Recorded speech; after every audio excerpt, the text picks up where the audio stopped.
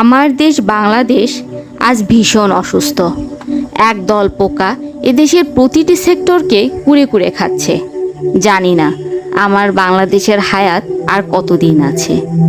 এই পোকার হাত থেকে বাংলাদেশকে বাঁচাতে অভ্যন্তরীণ কিছু অ্যান্টিবায়োটিক আজ জেগে উঠেছে।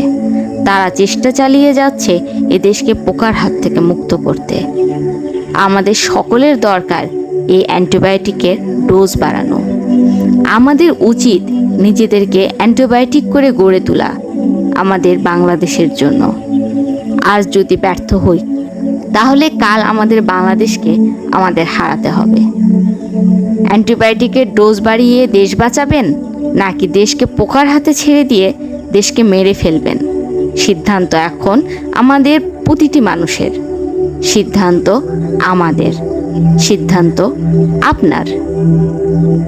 বাংলাদেশের মানুষ যদি 1971 সালে 9 মাসের মধ্যে দেশ স্বাধীন করে ফেলতে পারে, তাহলে বর্তমানে এই স্বাধীন দেশকে পোকার হাত থেকে রক্ষা করা বড় কোনো বিষয় না। প্রয়োজন শুধু একতার। প্রয়োজন শক্তিশালী অ্যান্টিবায়োটিকের সম্পূর্ণ ডোজ, যা আমাদের সাধারণ সব মানুষের মধ্যে রয়েছে।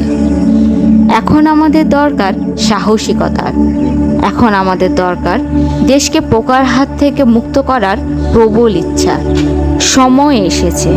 এখন আমাদের একত্রিত হয়ে বলা উচিত, অ্যান্টিবায়োটিকের ডোজ বাড়ানো লাগলে বাড়াবো, তবুও বাংলাদেশকে পোকার হাত থেকে মুক্ত করে ছাড়বো ইনশাআল্লাহ।